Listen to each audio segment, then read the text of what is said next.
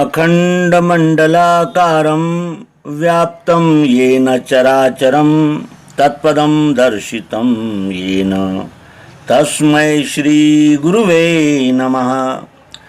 अज्ञानान्धस्य लोकस्य ज्ञानाञ्जनशलाकया चक्षुरुन्मीलितं येन तस्मै श्री गुरुवे नमः। अध्यात्म विश्व विज्ञान यूट्यूब चैनल पर उपस्थित अध्यात्म प्रेमी भाई बहनों का हार्दिक स्वागत समादर करते हैं। मित्रों, श्रीमद् भगवत गीता निरूपण मालिका को आपने दिए हुए प्रतिसाद का पुनः पुनः हार्दिक धन्यवाद व्यक्त करते हैं और आशा करते हैं कि आप इन एपिसोड्स को ध्यानपूर्वक सुनते होंगे, समझते होंगे और तत्वदर्शी जनों से इस स्पष्टीकरण का विवरण जानने का प्रयास करते होंगे, क्योंकि ज्ञान शब्दों में दिया जा रहा है।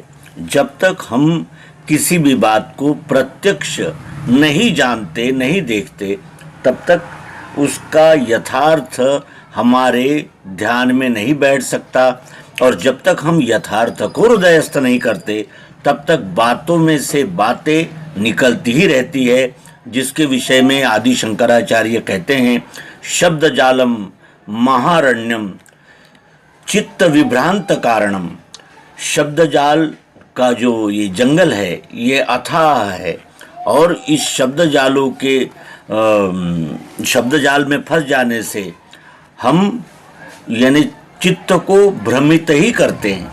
लेकिन ज्ञान हो या विज्ञान हो, व्यक्त करने का एक माध्यम वाणी तो होता ही है, और वाणी के द्वारा इस महान आत्मानुभव को आप तक पहुंचाने का यह हमारा प्रयास है।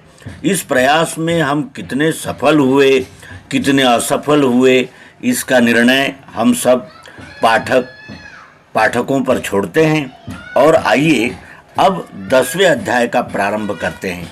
लेकिन इसके पूर्व हम ये देखेंगे कि जब अर्जुन को यहाँ तक समझाया कि मैं ही संपूर्ण विश्व हूँ, अधिभूत अधिदैव अधियज्ञ सह मैं हूँ और कुछ दूसरा है ही नहीं, लेकिन फिर भी अर्जुन की जो जिज्ञासा है वो शांत नहीं हुई।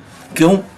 क्योंकि मानवीय स्वभाव ऐसा होता है, जब तक उसकी समझ में बैठे इस प्रकार से नहीं समझाया जाता तब तक कोई बात चित्त में स्थिर बैठती ही नहीं।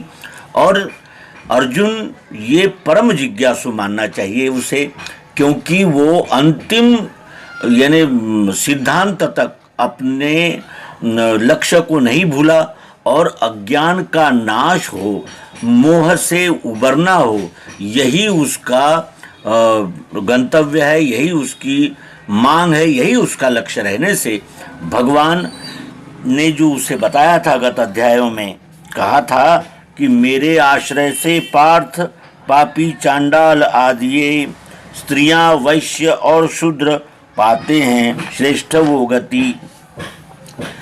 और यहाँ भी ये भी कहा था कि तू जो कौन्तेय करता है यज्ञ दान तप क्रिया खान पानादि वो सारा मेरे को अर्पण करो। इतना सब कुछ कहा, लेकिन अर्जुन फिर पूछ रहा है कि मैं उन विभूतियों को जानना चाहता हूँ जिन विभूतियों को जानकर मैं आपके विराट स्वरूप का कुछ अंदाज़ा लगा सकूँ, कुछ यानी ग्रहण कर सकूँ। इसलिए मुझे आप विभूतियाँ बताइए। और ये 10वें अध्याय का अभिप्राय भी यही है कि अर्जुन को बड़ी बड़ी चीज़ों को दिखाकर या बड़ी बड़ी चीज़ों का अनुमान लगवाकर उसे अपने विराट स्वरूप की जागृति देना। अध्याय 10 का प्रारंभ श्री भगवान बोले, पुनः सुनो महाबाहु मेरे परम वाक्य ये, हितार्थ कहता हूँ मैं तुझको भक्त जान के। अर्जुन, मेरे ये परम वाक्य फिर सुनो, क्योंकि बार बार तुम्हें सुनना होगा, क्योंकि तुम ये पहली बार ही अध्यात्म विज्ञान को जान रहे हो। मैं कौन हूँ, ये विश्व क्या है, ये जानने का तुम्हारा विषय है। इसीलिए मैं तुम्हें पुनः पुनः बताऊंगा, पुनः पुनः मेरे ये परम वाक्य सुनो। क्यों? क्योंकि मैं तुम्हारे हित के लिए कह रहा हूँ। तुझको भक्त जान के, तुम मेरे भक्त हो ये जानकर मैं तुम्हें बार बार बार बार उस विराट और उस स्थायी सिद्धांत का प्रतिपादन कर रहा हूँ जो तेरे सिवा अन्य ने किसी ने अब तक जाना ही नहीं। क्यों? क्योंकि उन्हें जब तक तत्वदर्शी का संग नहीं मिलता तब तक ये बोध उन्हें हो ही नहीं सकता। भूय एव महाबाहो शृणु मे परमं वचः यत्तेऽहं प्रीयमाणाय वक्ष्यामि हितकाम्यया। न मे विदुः सुरगणा प्रभवं न महर्षयः अहमादिर्हि देवानां महर्षिणां च सर्वेशः। यो मामजमनादि च वेत्ति लोकमहेश्वरम् असम्मूढ़ः स मर्तेषु सर्वपापै प्रमुच्यते। पुनः सुनो महाबाहु मेरे परम वाक्य ये, हितार्थ कहता हूँ मैं तुझको भक्त जान के। मेरा जन्म नहीं जाने महर्षि और देवता, क्योंकि महर्षि देवों का मैं ही कारण आदि हूँ। मेरा जन्म नहीं जाने महर्षि और देवता, क्योंकि महर्षि देवों का मैं ही आदि कारण हूँ। यहाँ जो कुछ भी निर्माण हुआ है वो मुझ में ही निर्माण हुआ है। सबसे प्रथम मैं हूँ, आदि हूँ मैं, मेरे पहले कोई नहीं है। इसलिए मैं सबको जानता हूँ, मुझे कोई नहीं जानता। क्यों? क्योंकि मैं इस विश्व का आदि कारण हूँ, यानी मैं स्वयंभू विश्वरूप परमात्मा इन सभी का आदि कारण हूँ। इसलिए मुझे कोई नहीं जानता, लेकिन मैं सबको जानता हूँ। मुझ विश्वरूप परमात्मा की उत्पत्ति कब हुई ये परोक्ष ज्ञानी देवता भी नहीं जानते, क्योंकि प्रभव दिखता नहीं, ऐश्वर्य दिखता है। और इसका कारण ये है कि महर्षि और देवताओं का आदि कारण मैं विश्वरूप परमात्मा ही हूँ। जो जो भी महर्षि आदि उत्पन्न होते हैं वो मुझ विश्वरूप में ही होते हैं। इसलिए मेरी उत्पत्ति और मेरे प्रभाव को वो नहीं जान पाएंगे, क्योंकि जैसे पुत्र पिता की उत्पत्ति को नहीं जानता, क्योंकि पिता से पुत्र निर्माण हुआ है, पिता से पुत्र ने जन्म लिया है। इस प्रकार मुझ विश्वरूप परमात्मा को मुझ में निर्माण होने वाले ये सारे जीव भूत मात्र नहीं जानते। अनादि सबका स्वामी जो अजन्मा मुझे लखे, मनुष्यों में वही ज्ञानी पापों से सब मुक्त है। अनादि यानी सबसे पहला, सबका स्वामी यानी सबका नियंता, धाता, पिता, माता, जो पूर्व में भगवान श्री कृष्ण जी ने कहा कि मैं सबका स्वामी हूँ। और जो अजन्मा, मैं अजन्मा हूँ, मेरा कभी जन्म ही नहीं हुआ। जिसका जन्म होता है उसी का नाश होता है, ये हमारा दैनंदिन अनुभव है। मैं स्वयंभू होने से मेरा कभी जन्म ही नहीं हुआ। इस प्रकार जो मुझे देखता है, जानता है, मनुष्यों में वही ज्ञानी पापों से सब मुक्त हो। अनादि सबका स्वामी जो अजन्मा मुझे लखे, मनुष्यों में वही ज्ञानी पापों से सब मुक्त हो। मैं सबका स्वामी हूँ इस प्रकार, और मैं अजन्मा स्वयंभू हूँ, ऐसा जो देखता है, जानता है, वही मनुष्यों में ज्ञानी है। और जो इस प्रकार जानता है वही सब पापों से छूट जाता है। इसका अर्थ यह है कि जो तत्वतः इस विश्वरूप परमात्मा को जान लेते हैं वो अहम युक्त कर्तृत्व भाव का पूर्ण रूप से निश्चेष करके विश्व में ही लय हो जाते हैं।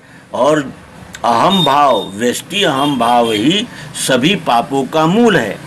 इसलिए यहाँ भगवान श्री कृष्ण जी कह रहे हैं कि वही है मनुष्यों में ज्ञानी जो, और वो सभी पापों से मुक्त हो सकता है जो मुझे सर्वज्ञ, अनादि, सबका माता पिता धाता जाने। बुद्धि ज्ञान असम्मोह दम सत्य शम क्षमा सुख दुख नाशोत्पत्ति जान वैसे भया भय। बुद्धि द्वारा जब हम यथार्थ ज्ञान प्राप्त कर लेते हैं, इससे मोह रहित होना और इंद्रिय दमन हो जाना, सत्य वस्तु निश्चय से समदृष्टि रहना और उसके बाद क्षमा भाव का प्रकट होना तथा कभी सुख प्रतीत होना, कभी दुख प्रतीत होना और कभी सुख मान लेना, कभी दुख मान लेना, इन सब भावों का उत्पन्न होना और लय हो जाना, इसी प्रकार इन सब भाव रूप कार्यों से कभी भय तो कभी अभय का भास होता रहता है। इस प्रकार होने वाले कार्यों की उत्पत्ति रजोगुण के द्वारा और नाश तम करके होता रहता है।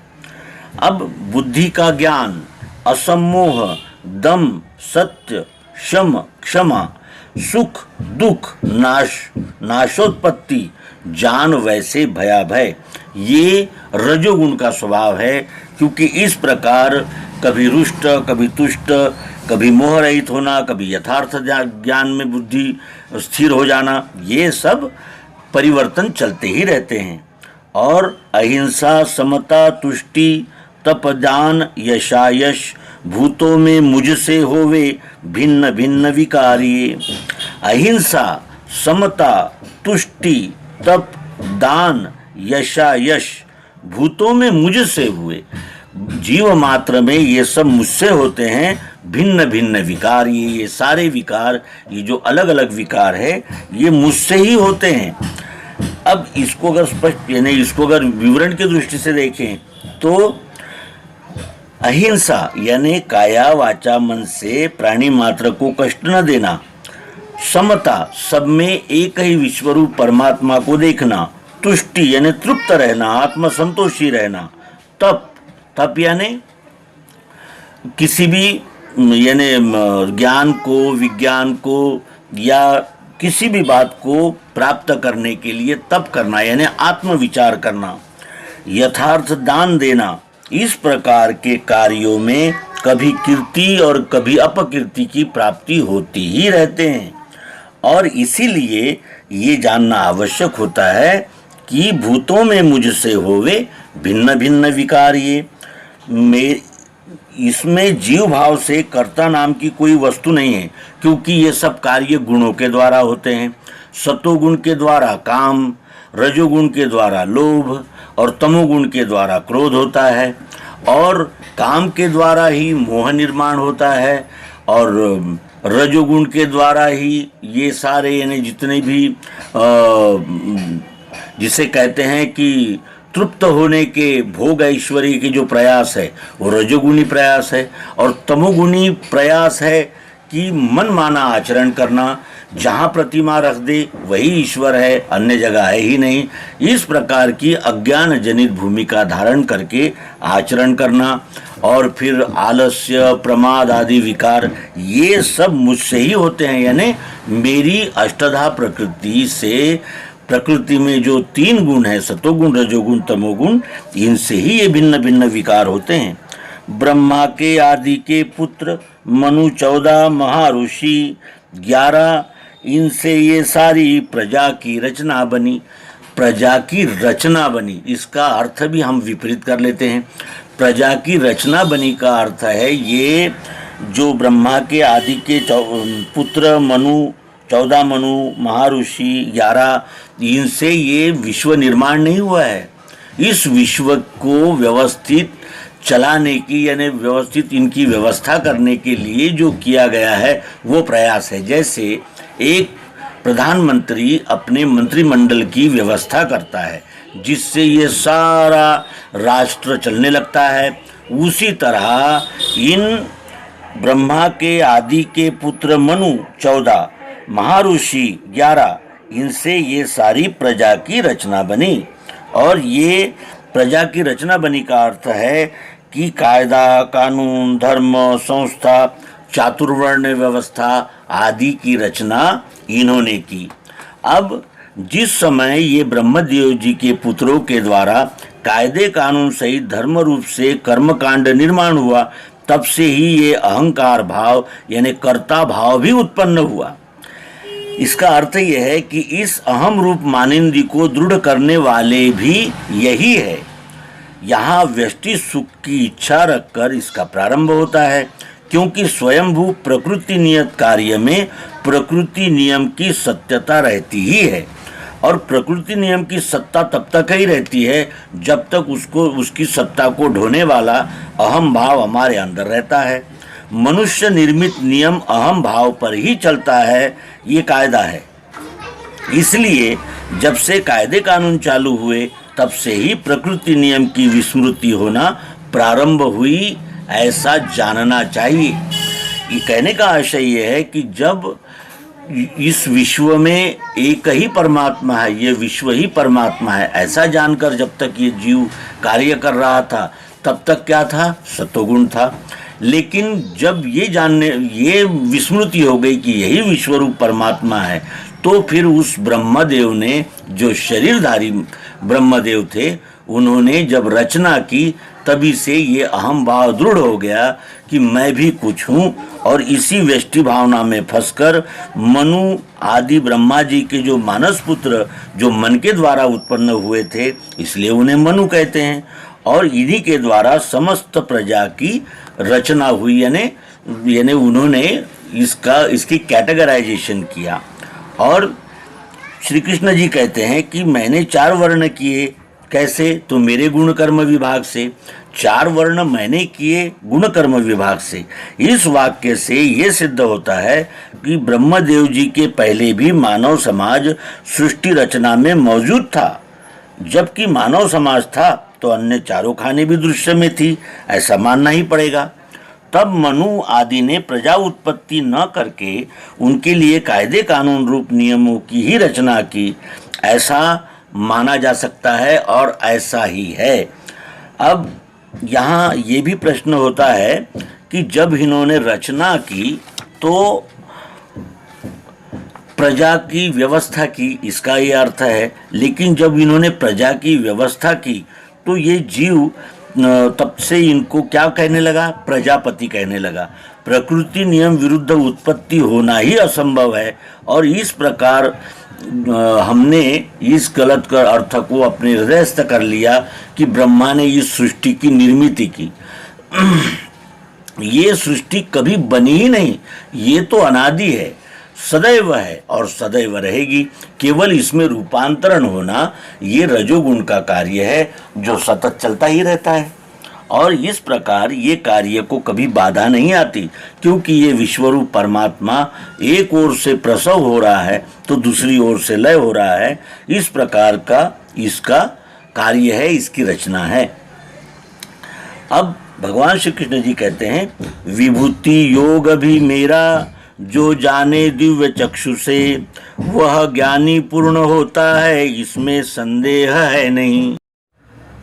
अब भगवान श्री कृष्ण जी मेरा जन्म कब हुआ, ये इसके पूर्व में कहने के बाद जो अभी दिव्य चक्षु योग के द्वारा मेरे स्वरूप को जो जानते हैं उनके विषय में जो बता रहे हैं, उसका कारण क्या है? उसका कारण है कि जब अहम भाव रूपी कर्तापन कब से प्रारंभ हुआ, ये जब बताया कि ब्रह्मदेव ने ये सारी रचना शुरू की, और ये रचना जब ब्रह्मदेव ने की तब से मनुष्य जो है इन यज्ञ दान तप और अनेक प्रकार के जो उपक्रम है उसमें और अधिक लग गया। वो इसकी विस्मृति कर बैठा कि विश्व ही परमात्मा है, और इसीलिए अब यहाँ आने वाले श्लोकों में भगवान श्री कृष्ण जी अपने विज्ञान योग यानी दिव्य चक्षु योग का महत्व बतला रहे हैं। कहते हैं, विभूति योग भी मेरा जो जाने दिव्य चक्षु से, वो ज्ञानी पूर्ण होता है, इसमें संदेह है नहीं। जो विभूतियाँ यहाँ उत्पन्न हुई है, जैसे मनु महर्षि, ये सब विभूतियाँ ही है। इस प्रकार जो विभूतियाँ मेरा दिव्य चक्षु योग जान लेती है, अर्थात जिन विभूतियों को दिव्य चक्षु यानी ये आत्मविज्ञान योग प्राप्त है, वास्तव में वही पूर्ण ज्ञानी है। दिव्य चक्षु कि योग को युक्त विभूति में ही ज्ञान की पूर्णता होती है। इसमें किंचित भी संदेह नहीं है, क्योंकि बिना दिव्य चक्षु योग के ज्ञान अधूरा एवं परोक्ष रहता है। विभूति योग भी मेरा जो जाने दिव्य चक्षु से वह ज्ञानी पूर्ण होता है, इसमें संदेह है नहीं। लेकिन विभूतियां तो अनेक क्षेत्र में होती है, जैसे कोई राजनीति के क्षेत्र में, कोई समाज के क्षेत्र में, कोई किसी क्षेत्र में, कोई शिक्षा के क्षेत्र में, अनेक क्षेत्रों में अनेकों का सामर्थ्य लेकर जो उदित होता है व्यक्ति, वो विभूति ही होता है। तो सभी विभूतियों को यहाँ ज्ञानी पूर्ण होता है ऐसा नहीं कहा है। भगवान श्री कृष्ण जी कहते हैं कि ये मेरा विभूति योग भी जो दिव्य चक्षु से जानते हैं वही ज्ञानी पूर्ण होते हैं, इसमें संदेह है नहीं।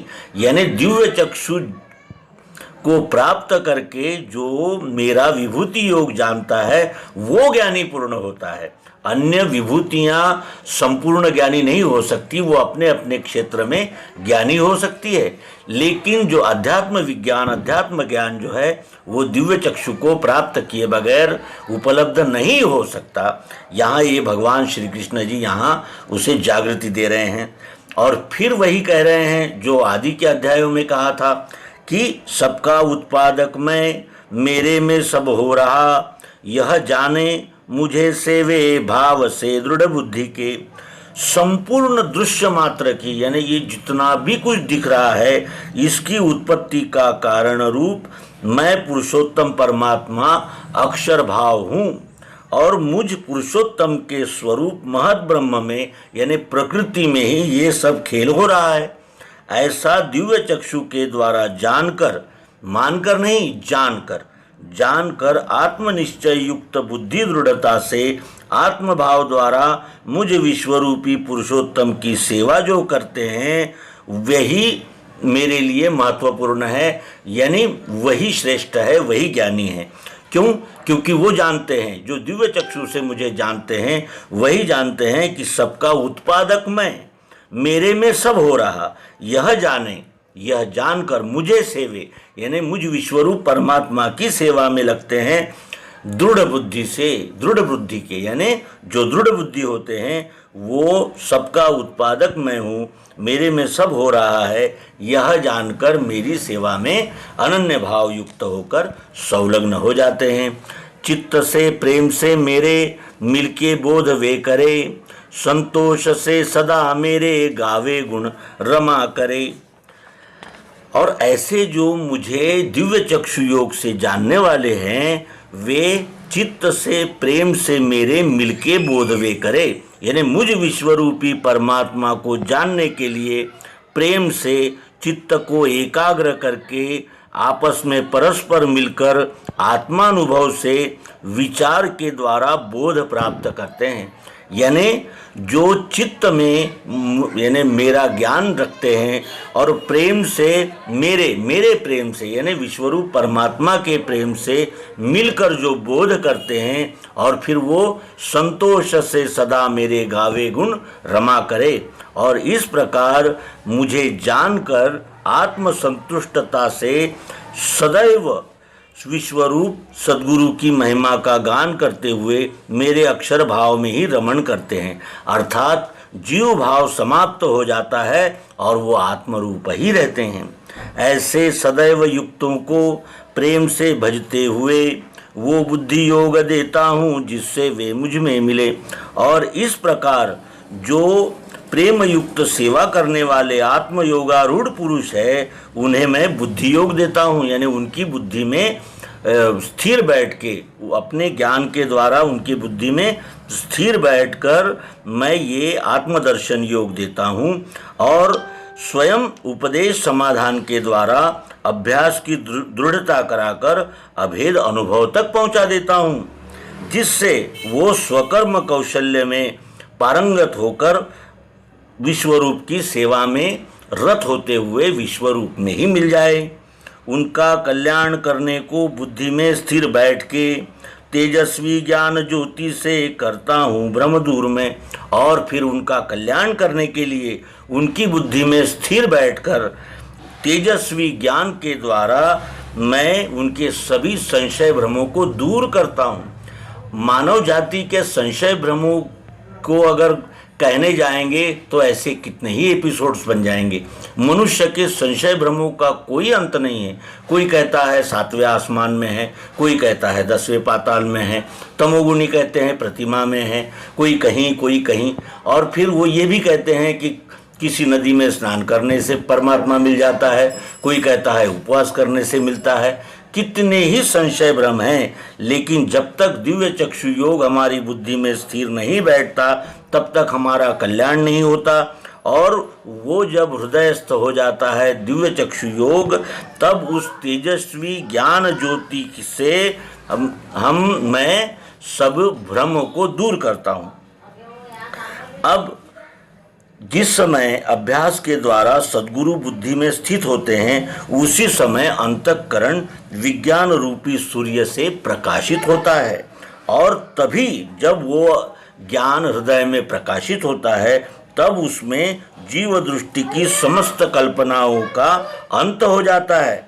जैसे दीपक में पतंग जल जाते हैं और दीप शिखा स्वयं ही रहती है, उसी प्रकार सभी विकार रूपी पतंगे ज्ञान ज्योति में जलकर स्वयं केवल शिव अर्थात परमात्मा ही रहता है। अब अर्जुन प्रश्न कर रहा है। अर्जुन कहता है कि परम धाम परब्रह्म परम धाम अत्यंत शुचि आप है, आदिदेव अज स्थाई दिव्य पुरुष व्यापक। अर्जुन कहता है कि आप परब्रह्म त्रिपुटी से अतीत ब्रह्म का पार पाने वाले हैं। आप ही पुरुषोत्तम ब्रह्म के रहने का स्थान है, और परम पवित्र द्वैत और अद्वैत से रहित आप ही है। आप जन्म रहित हैं, सनातन हैं, आदि देव नारायण हैं। आप श्रेष्ठ अक्षर ब्रह्म स्थायी रहने वाले हैं। ऐसे व्यापक दिव्य सद्गुरु आप ही है। यानी वो श्री कृष्ण जी की प्रशंसा कर रहा है, क्योंकि वो अब जान रहा है कि दिव्य चक्षु देने में श्री कृष्ण जी ही सक्षम हैं, और श्री कृष्ण जी का वास्तविक स्वरूप ये विश्व रूप ही है। इस प्रकार वो जानकर अर्जुन भगवान कृष्ण की स्तुति करते हुए, प्रार्थना करते हुए, अनेक विशेषणों से उनको रिझा रहा है। उनकी स्तुति करता हुआ कहता है कि आप क्या हो?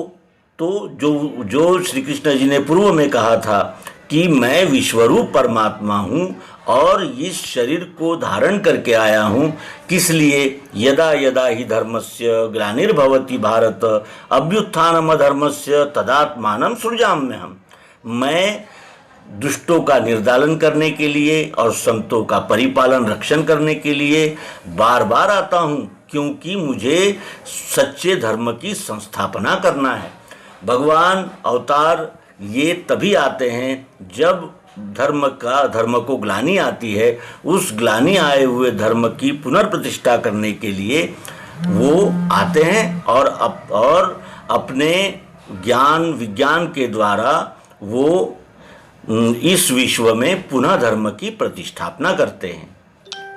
अब यह सर्व ऋषि तुमको और देवर्षि नारद असित देवल व्यास कहें जो तुमने कहा। यह सर्व ऋषि तुमको और देवर्षि नारद असित देवल व्यास कहें जो तुमने कहा। ये सब ऋषिगण देव ऋषि नारद असित देवल और व्यास जैसा आपके लिए यानी परमात्मा के विषय में बतलाते हैं, वही आपने भी बतलाया है। मैंने सब सत ही माना कृष्ण जो आपने कहा, भगवन देव दैत्यों को नहीं दर्शन आपके। मैंने सब सत ही माना है, क्योंकि जो आपने कहा है वही तो असित देवल व्यास देवर्षि नारद आदि सभी ऋषि महर्षियों ने यही कहा है।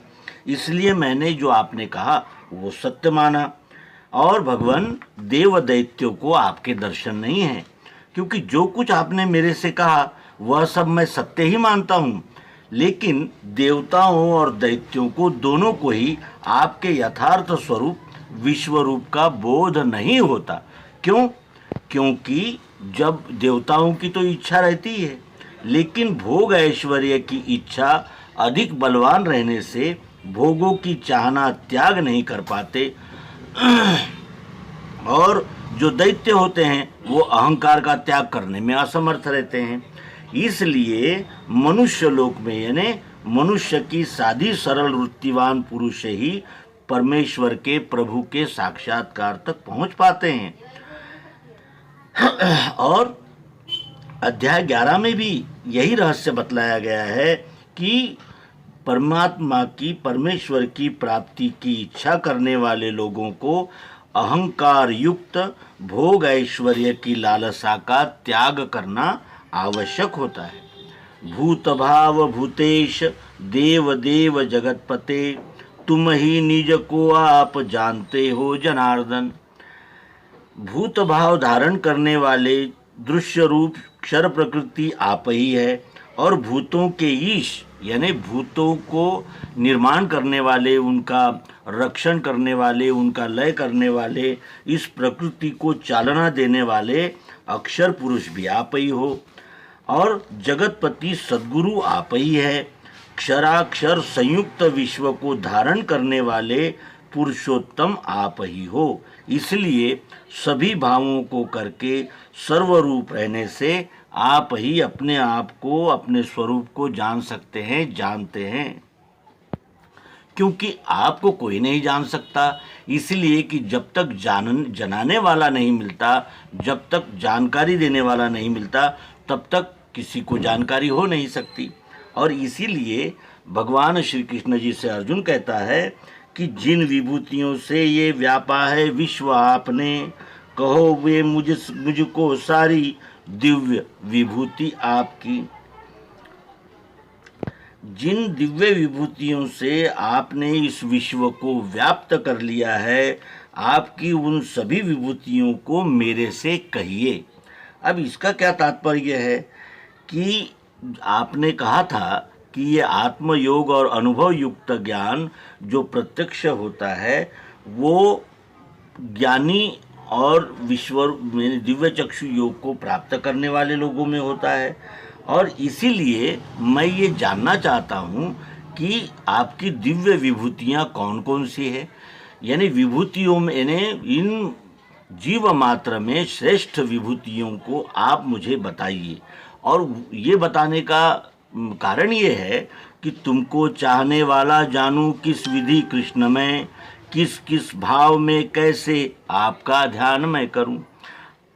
आपसे प्रेम करने वाला मैं आपके यथार्थ परमात्मा स्वरूप को किस युक्ति के द्वारा जानूं। अर्थात मैं अपने दिव्य स्वरूप को जानने की युक्ति बतलाइए और किस किस विभूति भाव में और किस किस प्रकार से मैं आपका ध्यान करूं। इस प्रकार मुझे मार्गदर्शन कीजिए, क्योंकि आपकी जो अनेक विभूतियां हैं उसमें मैं आपको ही देखूं, यानी आपके ही ध्यान, आपका ही ध्यान रखते हुए मैं उन विभूतियों में आपको ही यानी विश्वरूप परमात्मा को ही देखूं। इसकी कोई विधि, तरीका, कायदा कुछ है तो मुझे आप बतलाइए। खोल के वो आत्मयोग और विभूति जनार्दन, फिर कहो प्यासा हूं मैं विज्ञानामृत पान का। वो आत्मयोग को खोल के और उन विभूतियों को बताइए, क्योंकि मैं विज्ञान अमृत पान करने के लिए प्यासा हूँ, उत्सुक हूँ। आप प्रत्यक्ष रीति से स्पष्ट रूप से जाना जा सके, इस प्रकार निज आत्मयोग सहित विभूतियों को फिर से कहिए, क्योंकि आपके मुख से विज्ञान रूपी अमृत द्वारा मेरी तृप्ति नहीं हो रही है और प्यास बढ़ती चली जा रही है। इस विज्ञान अमृत को पान करने की जिज्ञासा बढ़ती ही जा रही है। इसलिए आप प्रत्यक्ष करके मेरी उन यानी जो जिज्ञासा है उसे शांत कीजिए। अब यहाँ से भगवान श्री कृष्ण जी अपनी विभूतियों का वर्णन कर रही हैं। कहते हैं कि कहता हूँ सुनो मेरी श्रेष्ठ दिव्य विभूतिये, क्योंकि मेरे कुरुश्रेष्ठ अंत विस्तार का नहीं। मैं सारी दिव्य विभूतियाँ तो नहीं कह सकता, क्योंकि मेरे विस्तार का कोई अंत ही नहीं है। मेरा विस्तार कहाँ से कहाँ तक है, ये न महर्षि जानते हैं, न देव जानते हैं, कोई नहीं जानता, क्योंकि मैं यानी स्वयंभू हूँ, सबका नियंता, स्वामी, भूत भर्ता, मैं ही सब कुछ हूँ। यानी विश्वरूप परमात्मा ही सब कुछ बना हुआ है, और ये सारी मेरी दिव्य विभूतियाँ ही हैं। लेकिन मेरे विस्तार का कोई अंत नहीं है, इसलिए मैं तुझे कुछ विशेष विभूतियों के विषय में ही बतला पाऊंगा। मेरा संपूर्ण स्वरूप वाणी को बताना संभव ही नहीं है, वाणी से बताया ही नहीं जा सकता। और हे गुड़ाकेश, मैं आत्मा भूतों में सब हूँ रमा, मैं ही हूँ सब भूतों के आदि मध्यांत काल में। हे गुड़ाकेश, गुड़ाकेश का अर्थ, गुड़ाकेश करके भगवान श्री कृष्ण जी अर्जुन को संबोधित कर रहे हैं। गुड़ाका का अर्थ होता है नींद, और ईश का अर्थ होता है स्वामी।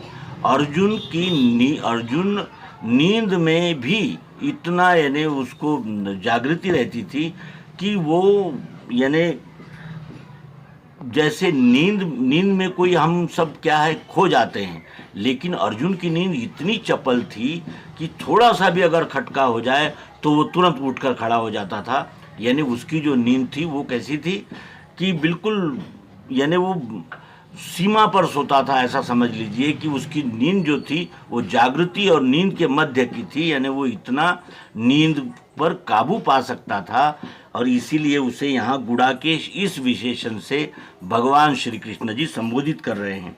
हे गुड़ाकेश, मैं आत्मा भूतों में सब हूँ रमा, मैं ही हूँ सब भूतों के आदि मध्यांत काल में।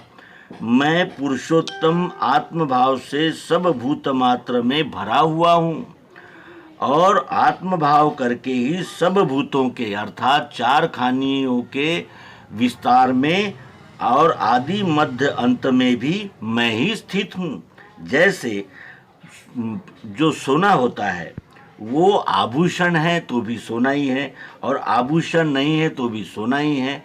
इस प्रकार चारों खानियों का स्वरूप जो है वो मुझ आत्मा में ही दृश्य होता है, आत्मा से ही बनता है, मुझ में ही रहता है और मुझ में ही विलय होता है। इस प्रकार ध्यान में रखो और श्रवण करो। अब यहाँ से विभूतियों का वर्णन करते हैं। आदित्यों में विष्णु मैं हूँ, ज्योतिर्मय अंशुमान रवि, नक्षत्रों में चंद्र मैं हूँ, मरुतों में मरीचि मैं। आदित्य के 12 पुत्रों में विष्णु मेरी विभूति है, प्रकाश करने वालों में अंशुमान सूर्य मेरी विभूति है, तारागणों में चंद्रमा मेरी विभूति है, 49 मरुत गणों में मरीचि नाम से प्रातः काल बहने वाली वायु भी मेरी विभूति है। अर्थात मैं आत्म रूप से छोटी वस्तु से लेकर बड़ी से बड़ी विभूति तक समान रूप से स्थित हूँ। मैं वेदों में सामवेद, देवों में मैं ही इंद्र हूँ, मन हूँ इंद्रियों में मैं, भूतों में मैं सुचेतना। सब वेद मेरे ही स्वरूप में हैं, लेकिन सामवेद मेरी विशेष विभूति है। सब देवता गणों में मैं ही हूँ, परंतु इंद्र मेरी विभूति है। इंद्रियों में मन मेरी विभूति है, और प्राणी मात्र में निवास करने वाली चैतन्य शक्ति मैं ही हूँ।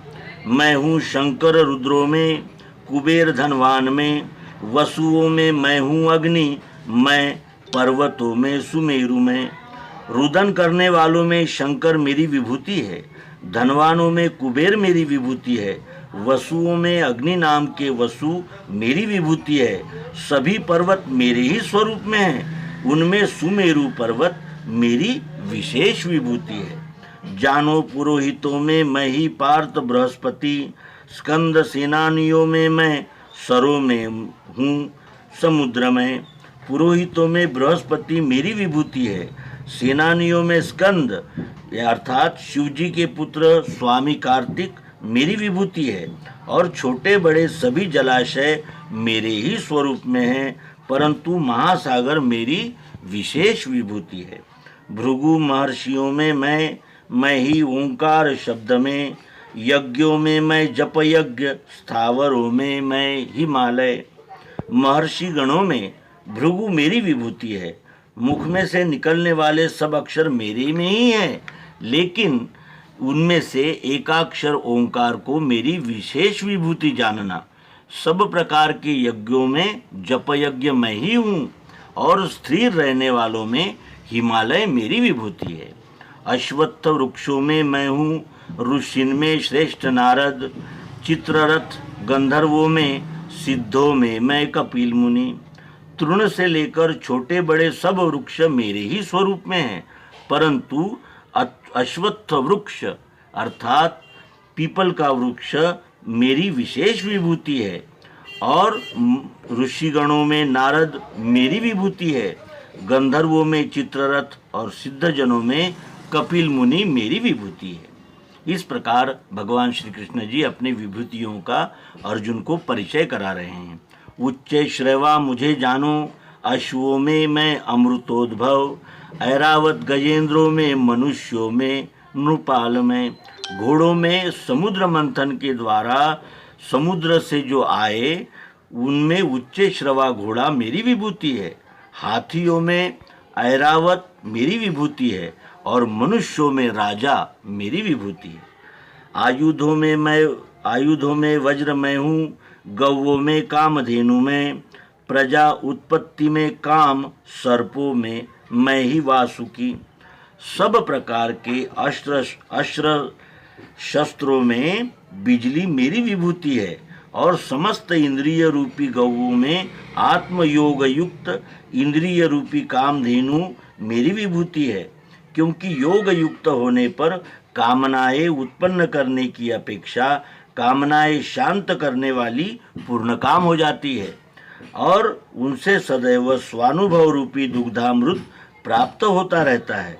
प्रकृति नियम के अनुसार आवश्यकता अनुसार प्रजा उत्पत्ति करने वाला काम मेरी विभूति है, और सर्पों में वासुकी सर्प मेरी विभूति है। अनंत हूँ मैं नागों में, देवों में जल के वरुण, यम में संयमियों में, पितरों में मैं अर्यमा। नग्न रहने वालों में मैं अनंत आत्मा हूँ, देवताओं में जल की अधिष्ठात्री देवता वरुण मैं हूँ, और संयम करने वालों में यम नाम का संयम मेरी विभूति है।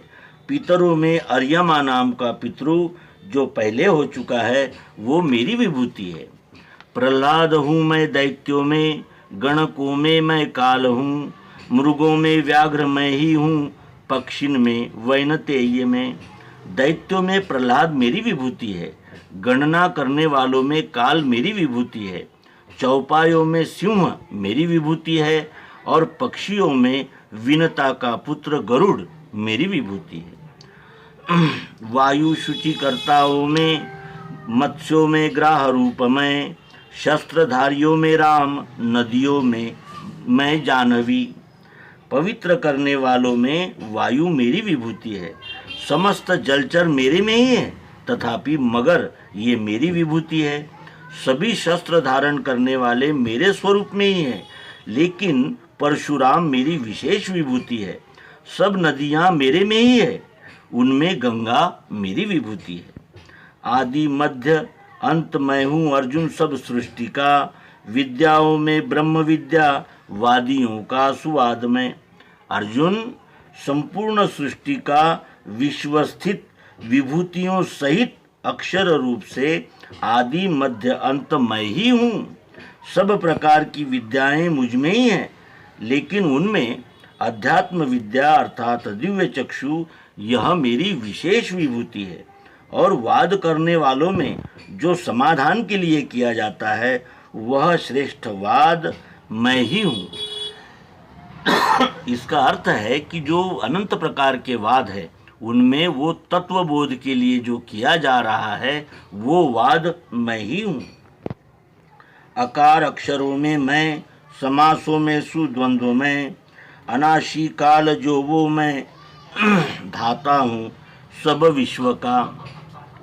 अक्षरों में अकार मेरी विभूति है, क्योंकि प्रत्येक प्रकार के उच्चारण मात्र का अस्तित्व अ ही है। बिना अ के प्रगटीकरण नहीं हो सकता।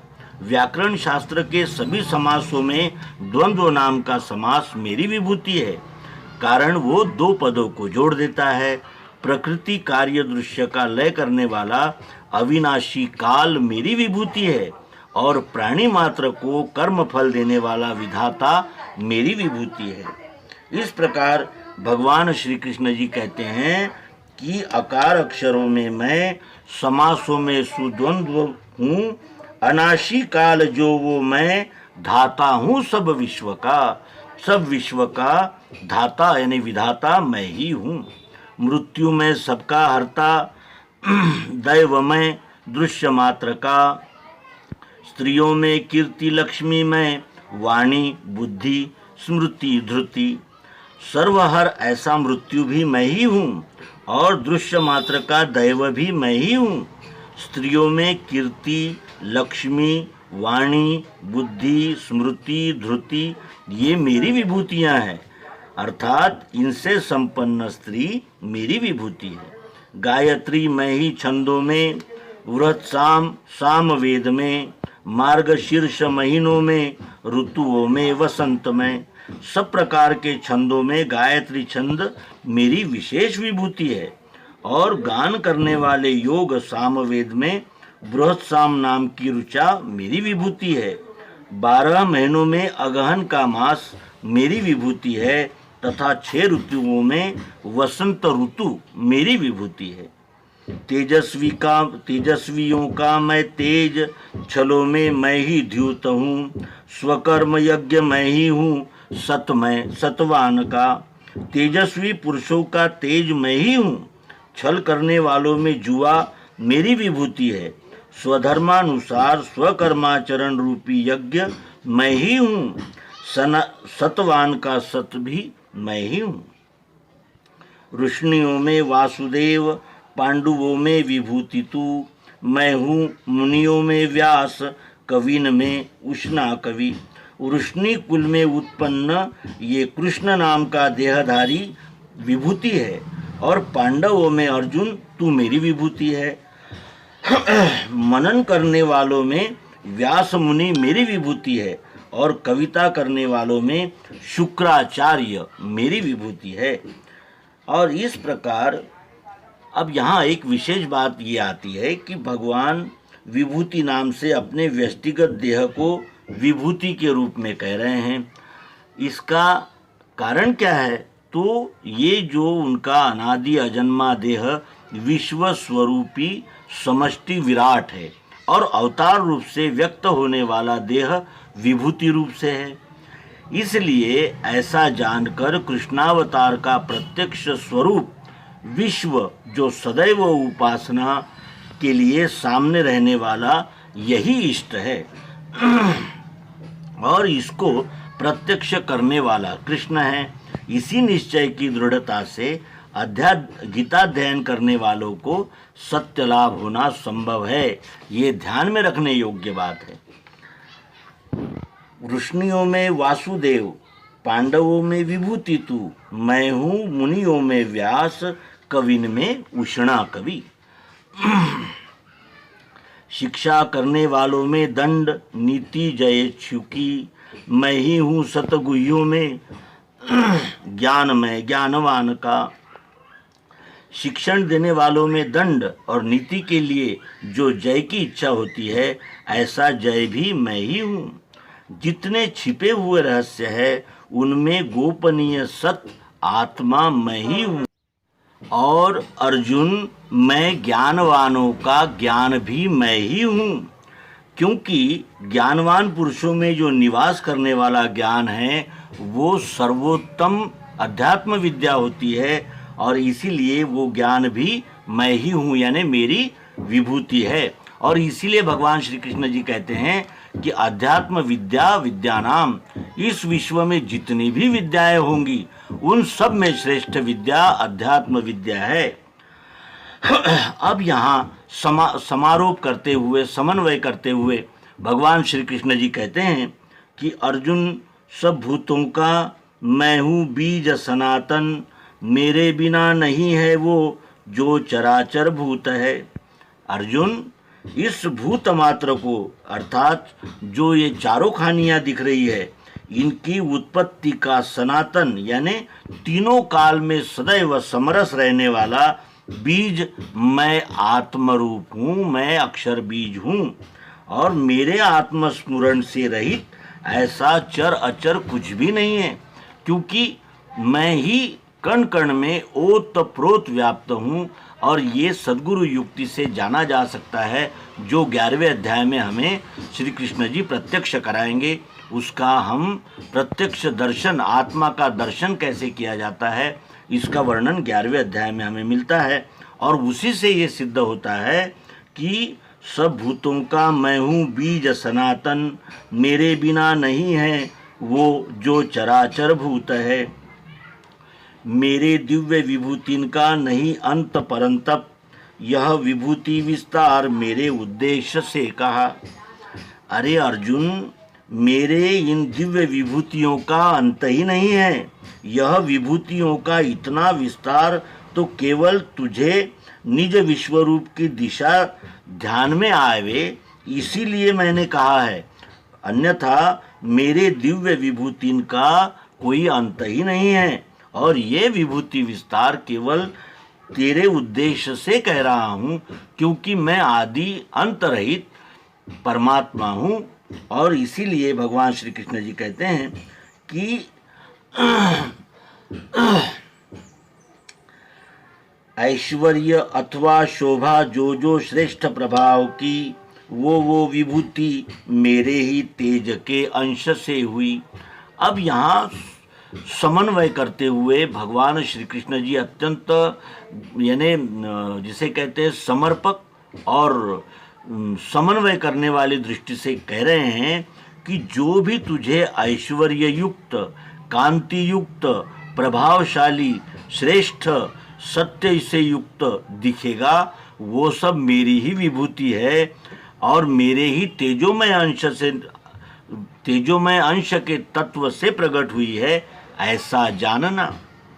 ऐश्वर्य अथवा शोभा जो जो श्रेष्ठ प्रभाव की, वो विभूति मेरे ही तेज के अंश से हुई।